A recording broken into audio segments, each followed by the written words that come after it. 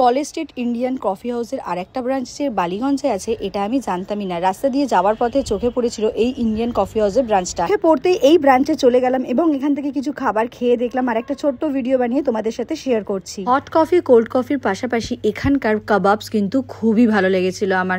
Hot coffee cold কফির দুটোই আমি অল্প অল্প ট্রাই করে দেখেছিলাম, আমার ভীষণ ভালো লেগেছে। এখান থেকে অর্ডার করে দিয়েছিলাম coffee house special fish, coffee house special fried rice আর চিকেন মালাই কাবাব। প্রথমে খেয়ে দেখেছিলাম এখান থেকে চিকেন মালাই কাবাবটা, খেতে আউটস্ট্যান্ডিং লেগেছে, ভীষণই ক্রিমি ফ্লেভারফুল সফট একটা চিকেন মালাই কাবাব এটা ছিল।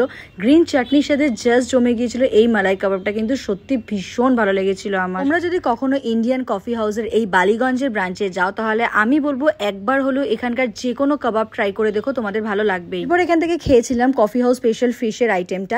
এটা বেসিক্যালি বাসা ফিশকে ফ্রাই করে তার মধ্যে ক্যাপসিকাম পেঁয়াজ আর রসুন দিয়ে হালকা টস করে সার্ভ করেছে, এটা খেতেও কিন্তু বেশ ভালো ছিল। সবশেষে এখানকার স্পেশাল সেই ফ্রাইড রাইসটা ওনারা সার্ভ করলেন, যেটা কিন্তু চিকেন প্রন এগ সমস্ত কিছু দিয়ে বানানো ছিল আর হালকা একটু স্পাইসিও ছিল। এটা খেতেও কিন্তু আমার মারাত্মক লেগেছে, আমি বলবো এখানে গেলে এটাও তোমরা ট্রাই করে দেখো। আমাদের বিলটা আর এখানকার মেনু কার্ডটা দিয়ে দিলাম ভিডিওতে, তোমরা পজ করে ডিটেলসে সমস্ত কিছু দেখে নিও। এখানকার অ্যাম্বিয়েন্সটা কিন্তু ভীষণ সুন্দর ছিল, আমার ভীষণ ভালো লেগেছে। এখানকার অ্যাড্রেসটা হলো 65 পিসি সরণি রোড, কলকাতা 19, বিজন সেতুর ঠিক পাশে, নিয়ার বালিগঞ্জ স্টেশন। ভিডিও শেষে কিন্তু লাইক কমেন্ট ফলো করতে ভুলো না। টাটা।